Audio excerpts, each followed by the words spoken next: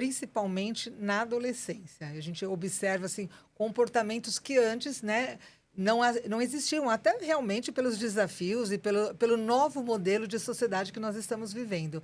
Para você, o que mais mudou? Quais são as principais diferenças? Mudou e muito, né. Nós temos aí um grupo, né, de adolescentes que vive uma pressão um pouco maior, né.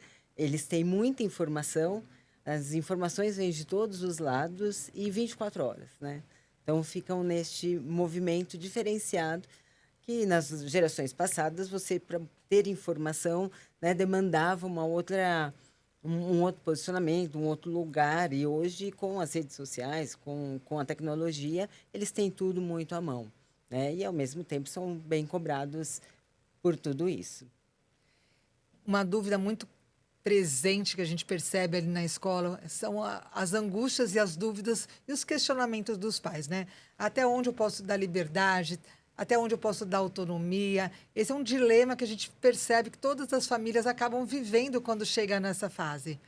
Como que você aborda, como você orienta, como que você conduz isso com as famílias?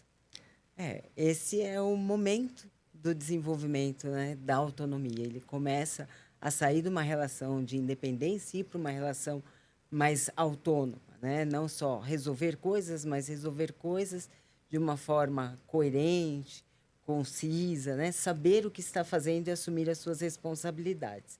Não é fácil, né, trazer esse papel, né, para os pais de contornar esse caminho aí, ajudar o aluno nesse caminho da construção da autonomia. Porque você tem que dar muitos limites, né? A autonomia não se conquista sem os limites. A autonomia não é fazer tudo o que quer, né? Mas é ter limites com aquilo que se faz. Ter a liberdade com muita responsabilidade. E a família precisa ser muito firme, a escola precisa ser muito firme com eles. Eles pedem por isso, né, as referências. Sim, com certeza, né? A gente sempre fala que é muito importante os valores que a família carrega, né? Então, os valores que vieram desde lá de pequenininhos, com certeza vão se consolidando durante toda a adolescência. Mas existem os grupos, existem às vezes a necessidade deles serem aceitos, né? Pelo aquele grupo, fora também que eles estão testando também a sua liberdade, a sua personalidade, eles estão nessa construção. Então, acho que são muitos conflitos que eles próprios também acabam convivendo e acabam se questionando, né?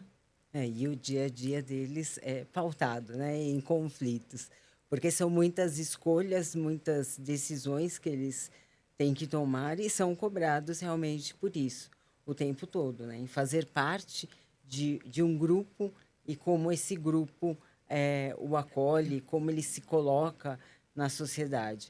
E essa cobrança é muito grande. Não podemos também ignorar os dados alarmantes que nós temos visto de muitos jovens adolescentes com muitas crises de ansiedade, muitos pela pressão, né, da própria faixa etária, outras a gente sabe que existem algumas questões aí também tecnológicas que acabam influenciando tudo isso. Como que você está acompanhando e lidando com essas questões emocionais desses adolescentes? Hoje a tecnologia ajudou muito, né, a desencadear a ansiedade, a depressão nos nossos adolescentes, porque ela faz com que eles fiquem o tempo todo atentos no que está acontecendo no mundo e querendo ser, né, o que está ali no mundo. Um adolescente, quando ele entra num grupo do WhatsApp, ele acompanha 24 horas o que acontece naquele grupo. Diferente da nossa época, que quando você tinha um conflito, você tinha um conflito na escola, você saía da escola, tinha um distanciamento daquele problema, passava ali a 24 horas para depois retornar, Sim. falar de novo com esse colega ou com o próprio, né, com as pessoas envolvidas ali no conflito. E hoje isso não acontece mais. O conflito que acontece dentro da escola ou qualquer em outros, né, situações, ele continua, porque as redes sociais, principalmente a rede social de comunicação, faz com que os adolescentes não se desliguem, não se distanciem das coisas para poder pensar, refletir e olhar o problema de uma outra forma, o conflito de uma outra forma.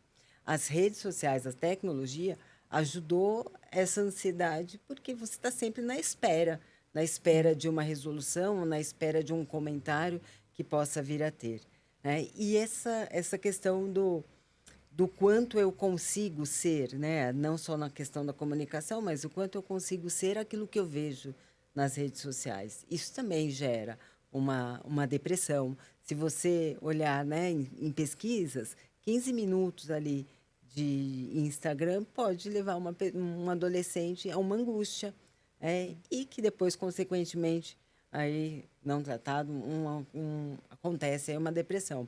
Mas por que uma angústia? Porque todo mundo tem o desejo de ser aquilo, né? Aquela perfeição, ter o que está aparecendo ali na rede, né? Ser igual a um youtuber, a alguém ali que está despontando nas telas ali. Então, essa cobrança é uma cobrança que vem do próprio adolescente, né? Querer fazer parte e querer ser, às vezes, o que não é.